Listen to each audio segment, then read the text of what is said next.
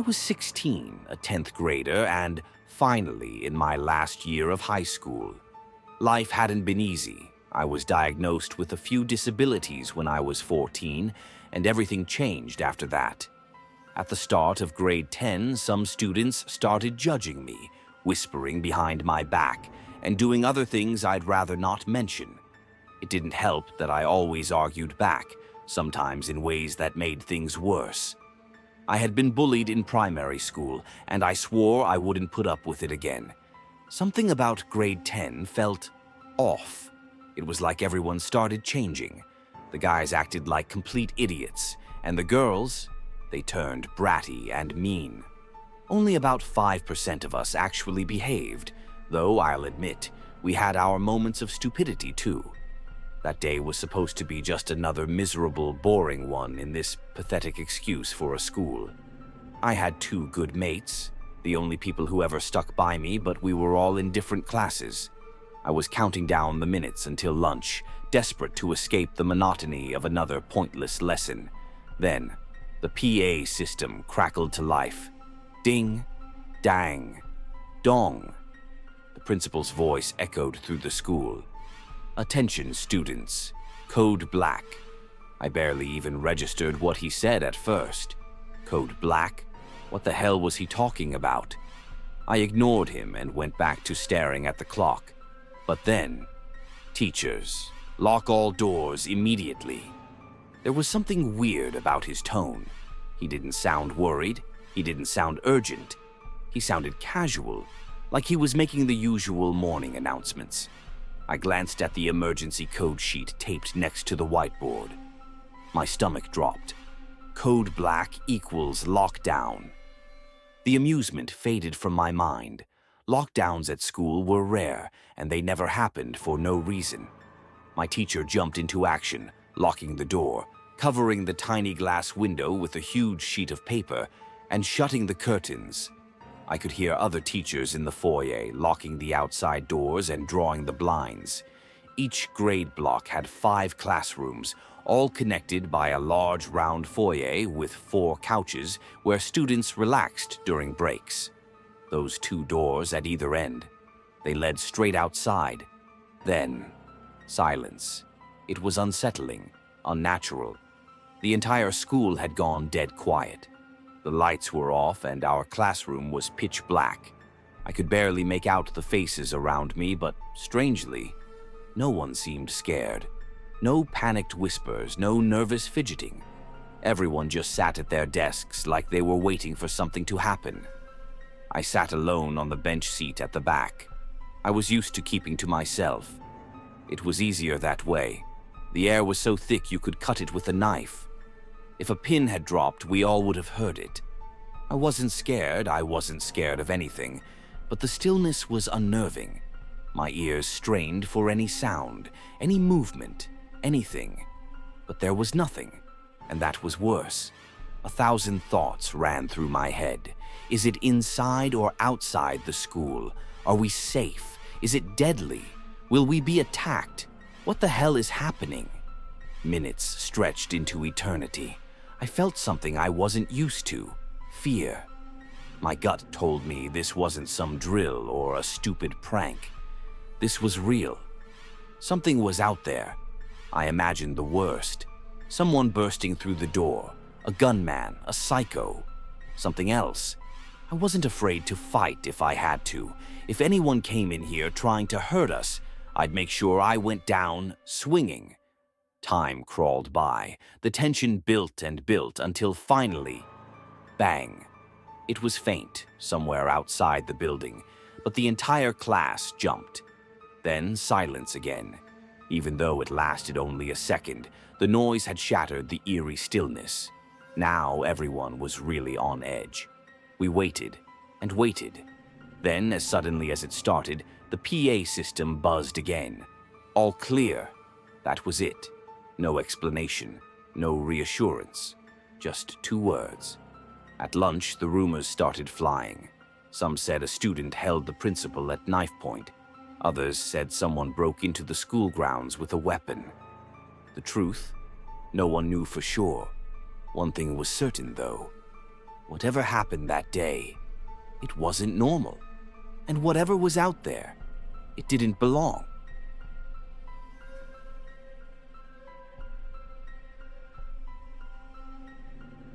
I've been driving for a rideshare service for about 3 years now. I usually work the late-night shifts. The roads are quieter, the tips are better, and I don't have to deal with as many annoying daytime passengers. But every once in a while, you get a ride that sticks with you, not in a good way. I always considered myself careful. I've had my fair share of odd passengers, but nothing, and I mean nothing, comes close to what I'm about to tell you. That night was the reason I installed a dash cam. It started off like any other shift, just me and the occasional rattle from my old but reliable 2006 Honda Civic. The streets were dead, which I preferred. Around 2:30 a.m., I got a request from a location about a mile away. It was an abandoned gas station. Immediately, I got that gut feeling. You know the one, where your instincts tell you something's off, but you can't explain why. I've picked up plenty of people from weird locations before, but something about this one made my skin crawl. I hesitated, hovered my finger over the cancel ride button. I should have pressed it. Instead, I pulled up to the gas station. The place was pitch black, no lights, no cars, no sign of life. Just a cracked, overgrown parking lot and a shattered window near the entrance. Then, I saw him. A man stood under the rusted canopy near the old pumps. He was too still, just standing there like he had been waiting for me for hours.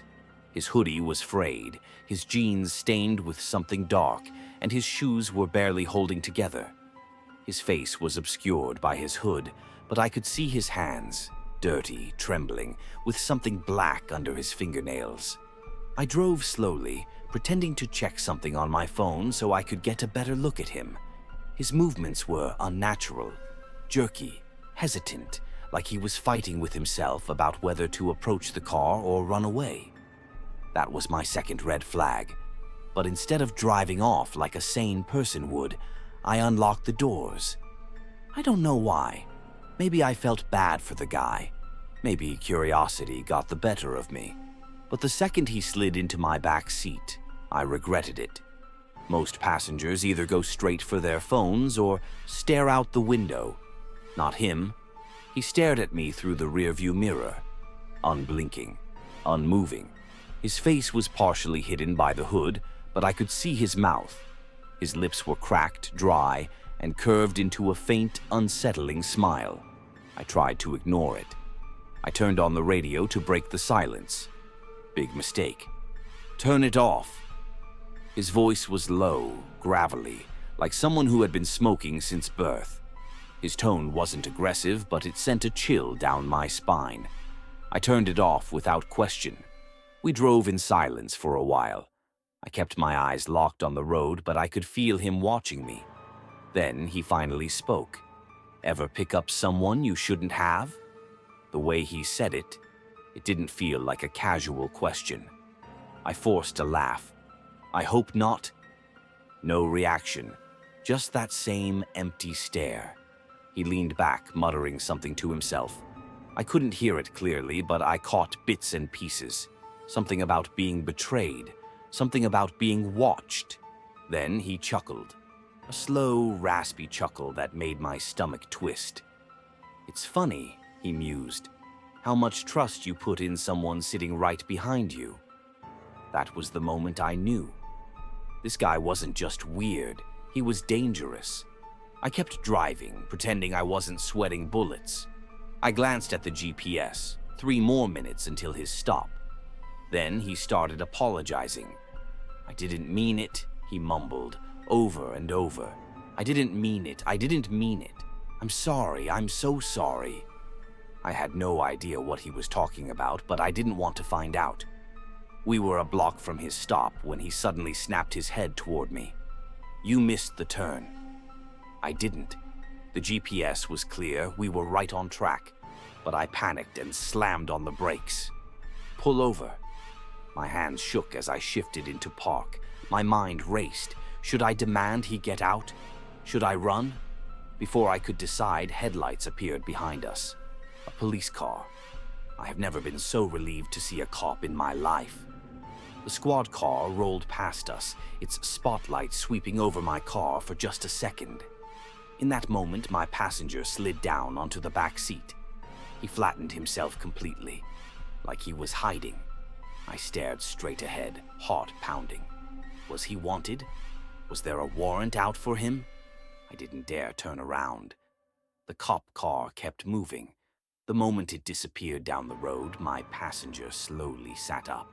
He turned his head toward me and whispered, "You got lucky." Then, without another word, he opened the door and disappeared into the night.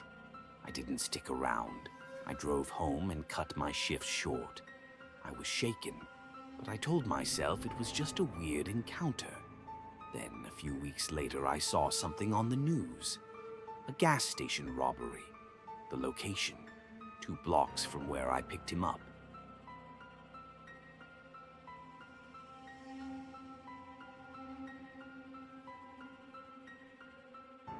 I never wanted to move to the countryside. I grew up in the city. Traffic, neon signs, and the distant hum of life outside my window were all I knew. But after my mother passed away, I needed a change, somewhere quieter, somewhere I could grieve in peace. The house was old but well kept, sitting at the end of a long gravel road, surrounded by acres of empty fields. My nearest neighbor was about a mile away. It felt like another world. No sirens, no honking, just the wind rolling through the grass like a whispered lullaby. At first, it was exactly what I needed. I spent my mornings on the porch drinking coffee, my nights watching the stars. It was peaceful, until it wasn't. It started with a shadow. I noticed it the second week after moving in. Just past the fence at the far end of the field, a figure stood motionless, far enough that I couldn't make out any details, just the silhouette of a man. He was too still, unnaturally still. At first, I thought it was a scarecrow. The previous owners had left a few things behind, so maybe they had forgotten to mention it. But as the days passed, I realized it was always there. Same spot, same posture, always facing my house. I told myself it was nothing, maybe a trick of the light, maybe a tree stump I hadn't noticed before. Then, one night, I looked out my bedroom window. The moon was bright, casting long shadows across the land. He was closer, still at the edge of the property, but at least 20 feet ahead of where he had been the day before. A chill ran through me. I grabbed a flashlight and went outside. The wind howled, rustling through the tall grass. The beam of my flashlight cut through the darkness, sweeping over the field. But when I pointed it toward the spot where I'd seen him, nothing, just empty space. I tried to laugh it off. My mind was playing tricks on me. I was out here alone, and grief did strange things to a person. But when I turned back toward the house, my stomach dropped. There were footprints, fresh, deep footprints leading from the fence to the middle of the field.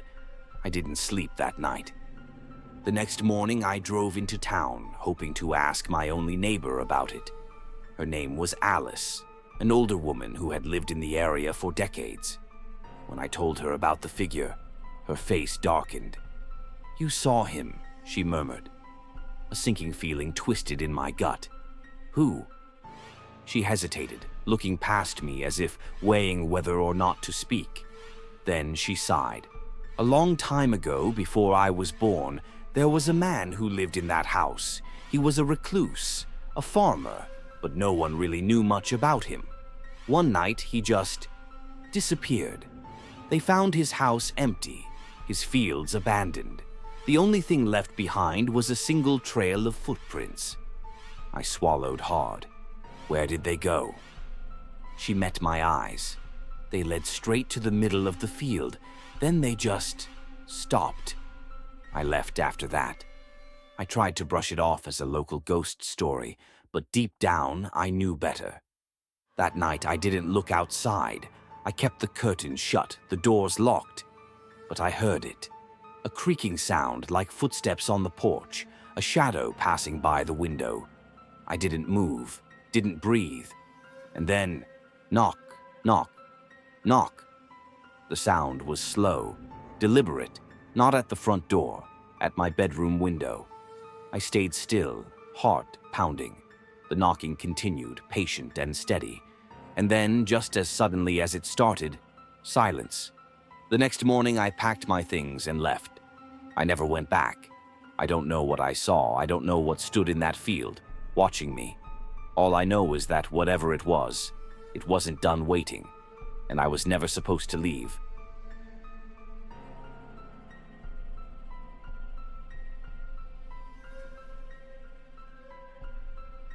My name is Daniel. I take the last train home every night. It's not by choice, really. My shift at the bar ends at 2 a.m., and by the time I clean up and lock up, the only option left is the 2:45. I don't mind it, though.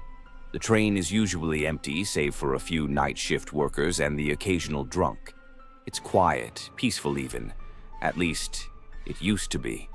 It was about 3 weeks ago when it happened. That night started off like any other. I was exhausted, dragging my feet as I made my way onto the train. I took my usual seat in the back, slouched against the window, and closed my eyes.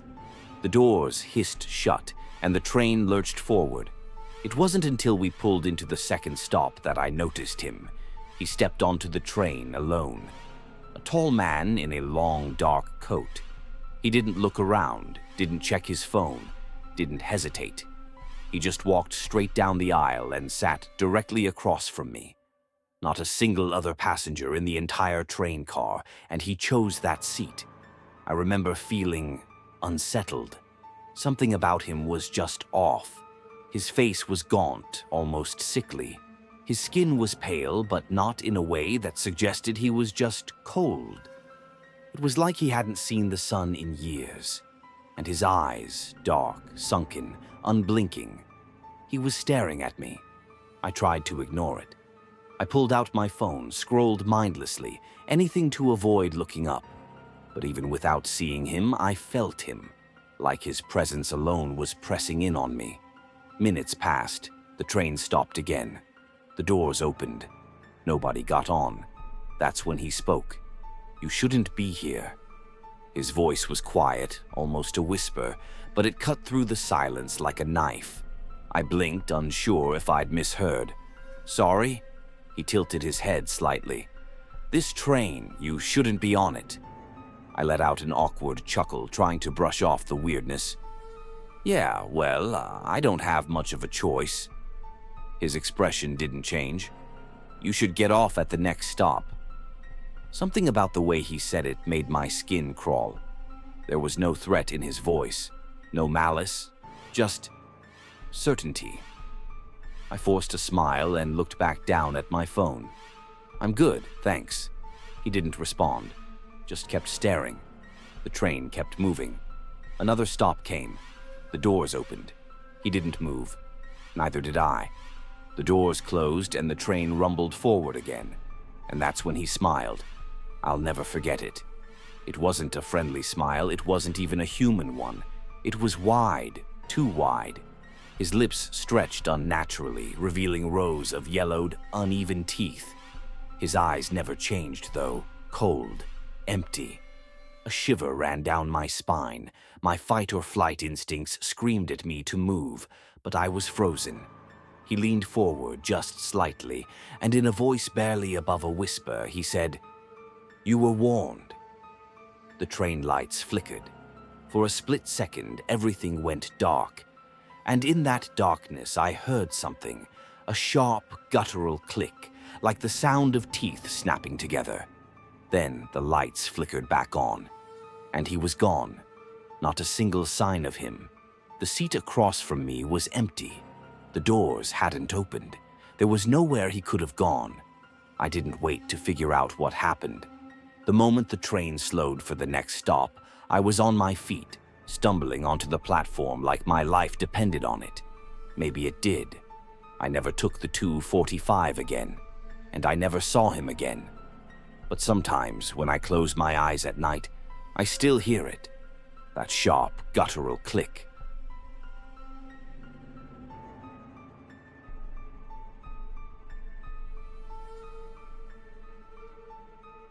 My name is Luke, my girlfriend Catherine, and I met 3 years ago as freshmen in college. We go to Stanford, which has been my dream school since I was like 8. Neither of us are from California, pretty far from it actually. We're both from Ohio, her from Cincinnati, and me just outside Columbus. I think that's a big reason we were so attracted to each other.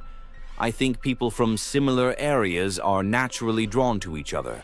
For whatever reason, Stanford's not a huge school, but most of the student body is originally from California, so us being from the Midwest definitely differentiates us. One of the traditions we've created is how we split Christmas between our families. Catherine's popular amongst my relatives, so her presence is always appreciated and welcomed, damn near expected at this point. Since her house is just a 2-hour drive from mine, we decided early on to spend Christmas Eve with my family, who celebrates Christmas Eve night, and then drive through the night to her house for Christmas Day, until I met her. I didn't realize that most families celebrate Christmas, the day of, not the night before. Oddly enough, my favorite part of the holiday isn't Christmas Eve or Christmas Day, though it's that late-night drive. It's become its own little tradition, something we both look forward to every year the first time we did it. Still remains one of my favorite memories with her, because of where I live. The quickest route from my house to hers doesn't take us on a major highway. Most of the route is quiet, back roads, just fields, trees, and the occasional distant farmhouse. It's always really late at night when we do it. So in combination with the secluded route, we rarely encounter any other cars. It feels like the world is asleep and we have it all to ourselves. Don't laugh, but we always blast Juice WRLD during the drive. His music has been a shared obsession since we met. I know his music is a little cringy, but something about singing the lyrics together is really special. It's like we're in sin. This past Christmas Eve started like any other after a wholesome night with my entire extended family. We packed up my car around midnight and hit the road. The snow was falling lightly and the roads were deserted as expected, with the music and heat cranked up. Everything felt perfect, that all changed in an instant. Though what I'm about to describe to you is still one of the most unsettling things I've ever experienced. Probably the most unsettling thing. I was driving along when the music was interrupted by my phone ringing IGL down, a little irritated that I'd be getting a call. This late, it was an unknown number. I ignored it without thinking. Probably a scam call. Those things are constant these days. Catherine made a joke about how committed those call center guys must be making calls on Christmas.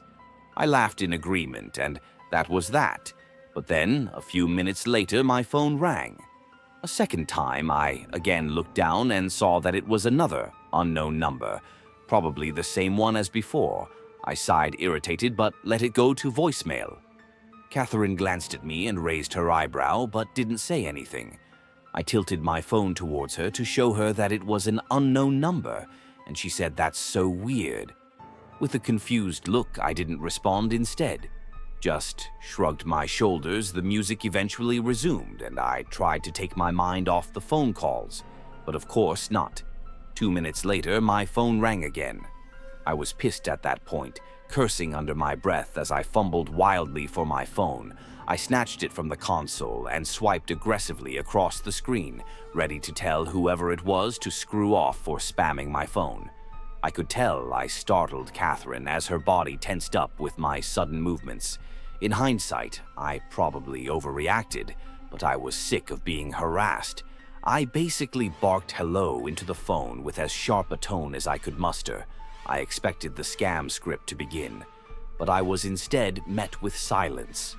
I turned up the volume in my car and immediately picked up on a faint static coming from the other side of the line. I was about to hang up when a man's voice spoke. The voice didn't belong to anyone I knew. "Hello, Luke." I was so caught off guard, I nearly swerved off the road.